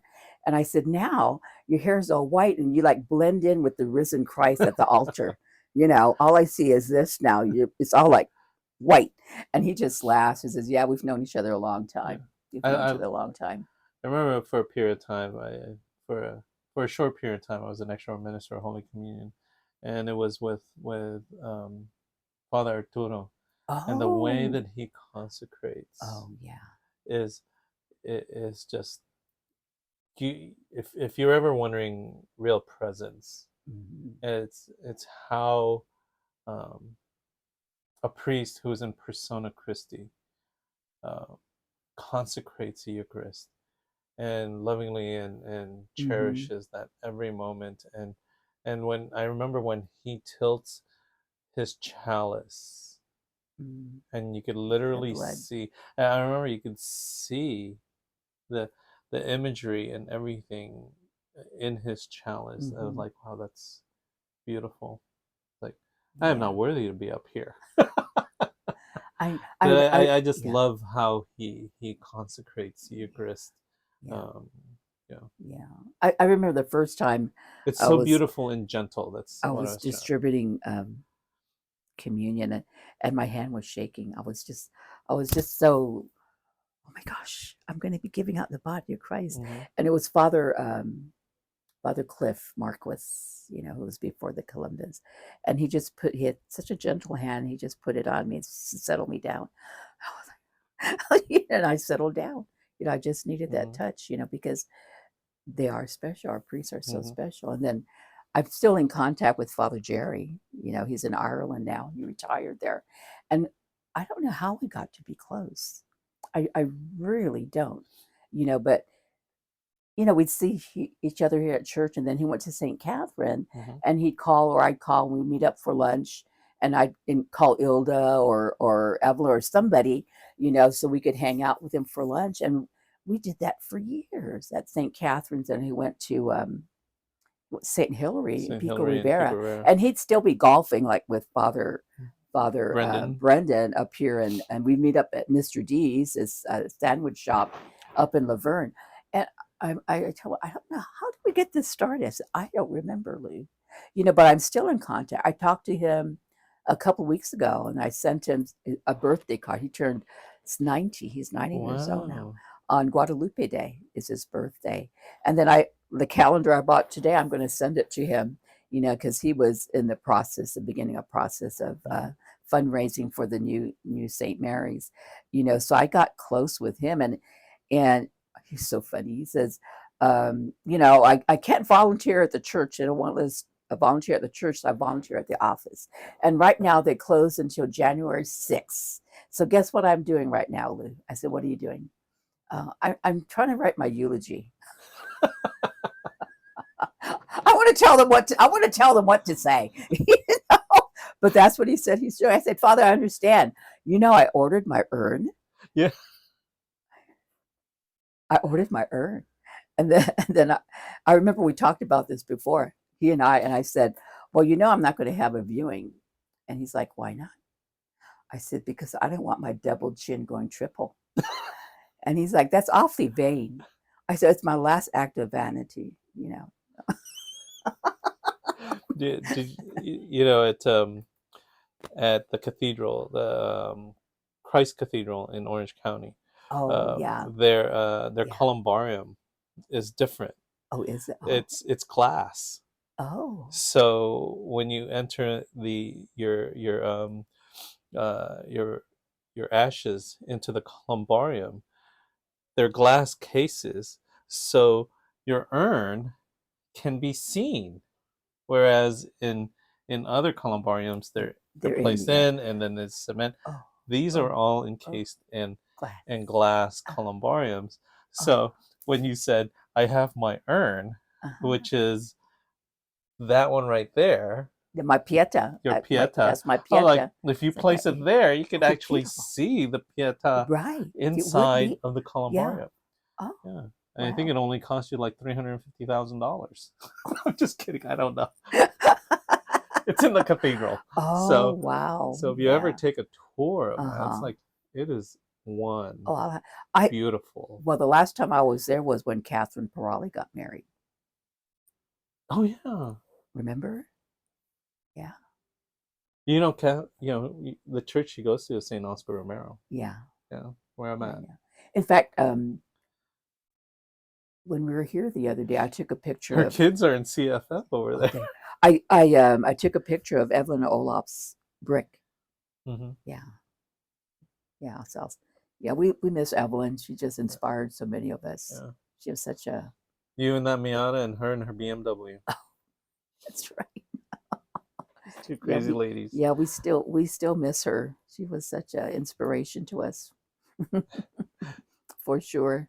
But did I ever share with you? The day she died, she was supposed to come to do the reading at church. Yeah. Yeah, it was a Tuesday, I remember, and someone else did the reading, and she had gone by in the ambulance here, and she passed away that day. But the next day, I was at church for Mass, and this lady asked, "Donde está la chaparita Filipina? Where's that little Filipino lady?" I said, "Evelyn?" She says, "Yeah, because I owe her money, some ticket money." I said, "Ella murió ayer. She died yesterday." She goes, "No, she didn't die yesterday. I saw her yesterday." I said, "No, she passed away yesterday before Mass. You're supposed to been reading at Mass." And she said, "I was here for Mass, and I saw the person doing the reading. It wasn't her, but this is the reading they did. But I saw Evelyn. Evelyn was there. She was dressed in white, and there was an older Filipino lady with her. But she didn't have makeup like she usually does. But I saw her here." Wow. And then the lady, signaled her that they had to leave, so they left. But she goes, "I know I saw Evelyn that day, that Tuesday." So maybe she made a last visit to St. Mary's. Maybe she did. Yeah. I'm supposed to read. Yeah. Just make sure. Mm-hmm. Yeah, but and I can't remember this lady. It was a Spanish lady, and she's like, "No, I saw Evelyn. I saw her because that's why I brought the money today, was for her, because I saw her yesterday. There was a Filipino lady." Yeah. There's a lot of stories of the generosity and kindness of Evelyn. Mm-hmm. I remember there's so many people who said she would most people didn't realize that she was the one who would donate the grand prizes. She did? Yeah, the big TVs and things like that, Oh, or people would yeah. borrow money and she would never cash it. They would pay Mm-hmm. her back, but she would never cash the Oh, checks. oh. She So had a when very generous yeah, heart. so Yeah. when she passed and her husband was going through her stuff, there was a lot of uncashed Checks, checks really? of people who had paid her, but she Oh, never cashed it out. wow. So there's Wow. I remember at her funeral, which was so touching because her funeral. I knew Evelyn when I used to be in middle school, Right. I and remember. Yeah. she was member of the choir with my parents, with my mom and my sister. So she was Oh. part of that Was she a choir. lot older than you? Uh, well, she was probably 10 years older than Oh, me okay. Uh-huh. because when I was in middle school, she was like my sister's ages, who are Okay. all 10 years older than Yeah. me. So Oh, so they were the girls who were like going out and they're in right. their 20s and I remember her because they were part of that Mm-hmm. choir at St. Elizabeth Mm-hmm. in Roland Heights, and Oh. it was just to see her here when we moved here, Mm-hmm. and she was still doing the choir. I mean, struggling, I think, to, doing that choir. She was still doing that choir. Yeah. She really loved Yeah. serving, and I went to school with her nieces. Oh, did So you? in high Oh, school, oh, me and her nieces uh-huh. were in school together. Oh, So the wonderful thing is, her funeral was at that church mm-hmm. that we built. Right, Because when she right. moved over here, that church Yeah, got built. right, So I right. guess it's moving on Yeah, to St. Mary's to build yeah, a new church she was building, yeah, which is so funny yeah. because we left that church. I went to college and she moved Mm-hmm. to Fontana Mm-hmm. And to you ended build up here. another church. Right, And now that this church is built, right. I'm over Yeah. there at St. Oscar Romero and With her kids they're and with her grandkids. kids and grandkids, and Wow. they're building a church. Right. Yeah. So carrying on that Yeah. tradition. I, But I, I remember at her funeral, there were probably like 7 Colombian yeah, there were fathers. 7 kilometers, And I and was like, the that's what I church want. It was full. was full. Yeah. And so remember that movie? There's that black and white movie, A Life to Remember, or something like that. A Wonderful Life. I Who's forgot what in it it? was. Who's in it? It was she was the mother was a black woman. She was made, and her daughter was trying to pass white.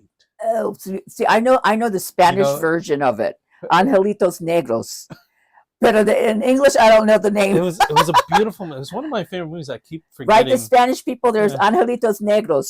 and It's and she tearjerker. passed and she rebelled and then she passed, and then she's coming back and she's crying because mama, I'm sorry. Oh, oh, And her funeral is like everybody knew her because she helped everyone, and it reminds oh, me of Evelyn and my mom, oh. because that woman said something that my mom said and also what Evelyn said: you will know how many people you touched, Mm, not while you are mm, touching people, but when you pass, mm-hmm. and how many people will be there Right, to say farewell to you. right. And when Evelyn, it was like packed. It I was. remember her novena.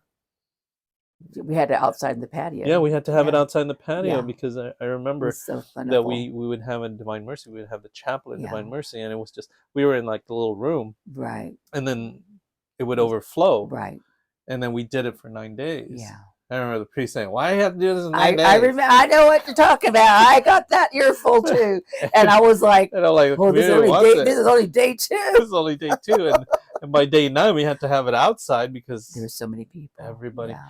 And the most wonderful thing, this is about you, but you're one of her, just like her, because one of the things that I really admired about her was, see, she wasn't ministering to her community, No, her she was open. people. She was open to She was everybody. ministering to the Everybody. community. True.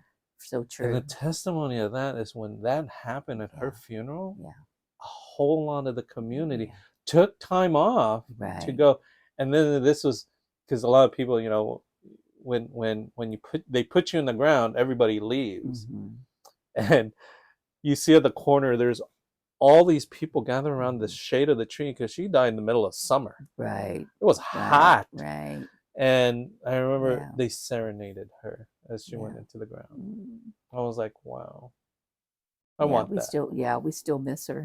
Yeah, Yeah. She yeah. just touched a lot of people. And when father mentioned her name, Oh she got an yeah. applause. Yeah. She got Yeah. applause. I was happy when he mentioned her and Mark Martin and Mark and McGuthrie, Bob Bob Stengel. and That's, Manuel Orvides. that's Yeah, right. Because yeah. that's what we were talking about. Someone who would go down to Tijuana and bring stuff. It was Manuel. Manuel When did he pass away? during COVID. See, I didn't know that because I Yeah, wasn't here. he died during COVID. Yeah. Oh, oh, oh. hmm See, I didn't know that because I wasn't here for a good 4 yeah. years. We had a lot Oh, of wow. and yeah, we had a lot of people that left us during that COVID time, and Oh, it was sad because we couldn't really say goodbye. right, Yeah, right. That's it was one right. of those they couldn't have the Funerals, right. funerals, and Oh, so gosh. yeah, Yeah. so yeah, I was like it Yeah, was. I didn't realize he had passed away. Mhm. You know, a Yeah, lot of we're good people. Yeah. a lot of good people. A lot of good people put their blood, sweat, and tears Mm-hmm. into really building it. It's I always when it was built and they put that plaque in the front, it always reminds me of what Dr. King had said. I might not get there with you, but I have a dream. And that was their dream, literally from the 1990s on. Right. That was those Yeah. individuals' dreams, and I have to mention to those listeners who are in their 30s and Mm-hmm. 40s that that's when they dreamt it. That's true. That's true. Is when Yeah. they were in their 40s Right. having babies that they Right. wanted A a church. church Right. um, Yeah. bigger than what we had in Yeah. Slover, and Because that's you that. asked me when we started the fundraising. I said when we came over here, they said it was only, like I said, viable for 10 years, hmm that we'd have to have something replacing it. Yeah, So that's when they started fundraising. Mm, yeah, it's my amazing. gosh. Yep. But we can talk on forever, Lou. Oh, that's But I, true. I want to ask you this: Yes, yes, yes. is what advice would you give to other young people um, about living a life of faith, like you? Oh my goodness. With the youth. Oh. But, like I said, ever since I was a little girl, I just always knew I wanted Christ. I wanted God in my life. It was just, to me, it was innate. And even though it wasn't fostered through my family, um, I just knew it, you know. Sometimes it makes me want to cry because it was just there. It was just there, and it's not something you can give to someone else. It's something you experience. You know, Uh, I'm I'm I'm glad I have him. That's for sure. He makes I with all the illnesses I've had, I tell people I was never ever afraid of dying because that's our goal in the end. So I was never ever afraid of it from the beginning. Mm-mm. I can go through all the pain and all that, but that's going to be part of my journey, fine. But I was never ever afraid of death. Yeah. I would hate, leaving my kids hmm but fortunately they're adults now. They're not like in elementary school or junior high. They're adults, you know, but I've just always had him with me, you know, always. Yeah. That's Yeah. beautiful. Yeah. And sometimes it's not as he's not as present. I know he's there, but I don't recognize it like I do sometimes. Like, oh gosh, about a month ago, I just had this feeling like he loves me. He really loves me. And I wanted to call somebody because it moved me to tears. And I almost called Father Brendan. I really did, but it was kind of like late over there. But I just had this feeling of love, that was beautiful. And I wanted to share it, but it was like, you know, Midwestern time and California time. So I just like, okay, I'll keep it to myself, but I'll remember this feeling because I'd never had that overwhelming. Locution. Yeah. Yeah. It just, yeah. Woo. God gives you his presence. Yeah. Uh-huh. Well, he's always present. God Right. always gives us his presence, but Right. sometimes we We just don't need recognize it. Right. We don't recognize it. Yeah. It's We almost don't like acknowledge it. it's almost like, as my mom would always say, is, I don't need to tell you I love you because you should know I love you. Mhm. Right. But sometimes I have to say it. Right. Thank you. Yeah. So God is it's good my all mom the says time. sometimes I have to say it because sometimes you need to remember that you are loved. Right. Yeah. And that always touched me. Oh, such wisdom from your mom. Yeah. 8th grade education, girl. Oh, really? Yeah. Because she married a guy who was only 6th grade educated. Oh, I used really? to always tease like, Mom could have been a pharmacist because that was the goal for her. But she Oh. had to get married for love. Oh, well, Yeah. don't we do that sometimes? I did that. Yeah. If that didn't happen, I wouldn't Yeah. be number 9. That's They were busy. Did they had 9 children? 9 children. I did not know Yeah. that. And where are you on the line? 9. You're the baby? I'm the baby. I did not know that. Yeah. I'm the 9th. Actually, we say I'm the 8th because Jose died at 2 weeks. Oh, Yeah. oh. So, but Jose didn't die, I wouldn't be here. Because Dad only wanted 3 boys. Oh, He got oh. 5 girls Oh my and then 3 gosh. boys. 9. Can Right. you imagine doing laundry for 9, cooking for 9 kids, keeping track of 9 kids? Right. You only had 2. Mm-hmm. You know how much work that was? Well, my mom used to say that's why you have like steps. Right. Like literally, I think my mom, the way that they had children was every 2 years. Yeah. Can you imagine every 2 years times 18 years my mom was pregnant. Yeah. I was figuring like tomorrow it would have been my brother's birthday. He died from non-Hodgkin's lymphoma, but he would have been 73. I'm 74 and my sister's 75. So we're like 16 months apart. Yeah. They used to do that, didn't they? Right. Oh my gosh. And then my older sister is like 78, but she was a preemie baby, so they had to take a break because she was so much work. Yeah. But they had babies like right. Like my 3 older sisters are old enough to be my parents. Really? Which they all behave like my parents. So you're like, you were like. I was raised by a bunch of mothers, sisters, mothers, a bunch of mothers. Oh, they practiced on you, right? Pretty much. Wow, I did not know you had that many siblings. Yeah, at my mom's funeral, there's again, that church was full. She touched a lot of lives, and that's only a hope. It's like, I said, so I said to my priest friends, like, well, I hope to at least have 5. At least I know I won't have 3, so maybe 4 or 5, or maybe at least 6, 7. Oh, you'll have more than that. Between the church and your work, you got to get more than that. Yeah, you got it. And you've got 2 churches now, not just one. I do miss ministering to our community. It's been one of those where it's like, whenever I see like young people and I don't recognize them, and I see youth minister Diana, I was like, so that's so wonderful, because that was a kid that's now a leader and an adult, and but you're always like, I miss them so much. Yeah. And so. Well, I noticed today when we were leaving church, a lot of young adults approaching you. Were they all your students? Yeah. They're former youth, and some of them, like some of them are becoming doctors, teachers, parents. Some live in New York. Really? Oh my gosh. I mean, they're all over the place, and like to say, some of them are still practicing their faith.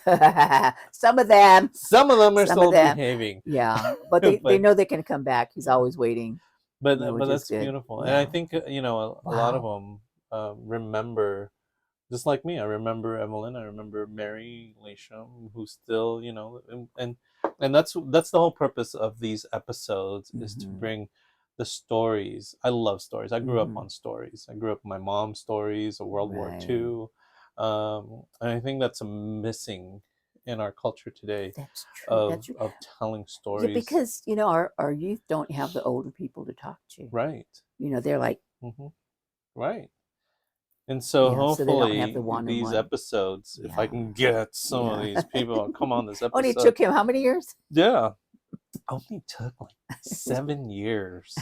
And so these, because these stories Yeah. can will remain forever and be Mm-hmm. treasured. And as sister said, someday someone will run into that story Right. and it'll inspire them. Yeah. And just like the books that we read of the stories of doctors of the church, of Saint Catherine of Siena, and all of a sudden you follow and you end up reading it, it's like, wow, that Mm-hmm. redirected the flow of my Mm-hmm. life.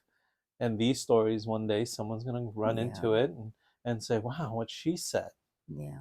that connected. Mm-hmm. Hence the whole concept of a bunch of 10th grade youth who came up with a concept of this This. connected podcast, Wow. because my thought was it was going to be titled Disconnected, Oh, and was talk it? about things that uh, with where the divided. disconnect Yeah. is. And Oh. he says, no. So when people listen to this, and if you're listening to this, Yeah. you're like a fly on the wall, listening into a Mm-hmm. conversation and saying, yeah, what she said, what he said, what they Mm-hmm. said, that Yeah. connected, Okay. that connected, You got and connected. kind of changed the flow. So, any last things you want to say to these people? No. Aloha.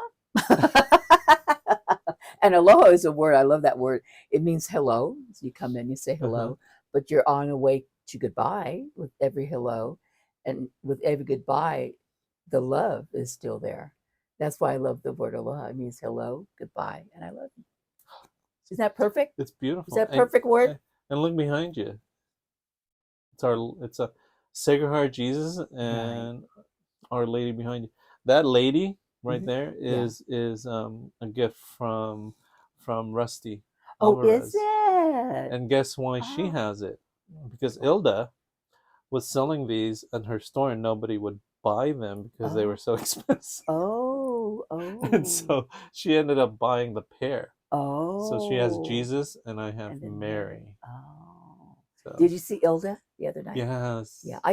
I got a hold of her. I let her know when it was a Yeah. gathering, and so I said, "Did Veronica bring you?" She says, "No, I'm across the street at Megan. Her granddaughter lives across the street, Hmm. so she just dropped her off, for the evening, Yeah. which was nice. But she We should looks have an good episode and with just bring everyone Ilda. together. Have you had Ilda here yet? No. All right. We got to Oh, have it where we just, you, Mary, Hilda, and bring Marianne, Mary. Mary Ann, Mary Beth. We should. We could, Let's we put that could. together. Oh, we should. Yeah. Yeah. Get a round table. It'll be all the hens and one rooster. So I would really like to have that because Oh, I I think and so. Have you just done a round table like that before? yeah. You have? Hmm. Okay. We've done a table of actually a dining room table with uh, Father Alex in Upland. Oh, So we oh. had Which church in Upland is that? Saint Joseph. Oh, okay. Oh, the one on campus. Hmm. That's the one Marianne goes to. Oh, There's a Father Freddie there. Father Freddie Yeah, and Father he's the one. Alex. He's the one that takes communion to her. Okay. Yeah. Yeah. Yeah, I feature that church. Yeah, that's where you interviewed that nun, the gal who was studying to be a nun. Yeah. Wasn't that church? Hmm. Yeah. I just released her episode. Oh, I saw it. I saw Yeah. part of it. Yeah. Yeah, because it took forever for the Carmelites to approve its release. Oh, really? Are you Yeah. serious? Took 3 months. Oh. They had to view it. Oh, they did to Yeah. see if. Yeah, Oh. because we said some things about their founder. So Oh. make sure it Oh. Oh. was Well, I good and don't think. kosher. Yeah, I think mine's. Yeah. I'm the only one that releases any information about me, so you know, I'm fine. I'm in charge of me, That's right. except him. Yeah. But And that's yeah. the story of how we live our life is something I always believe should be told. Our children are the bearer of our story, Mhm. and I could say that I'm one of your children.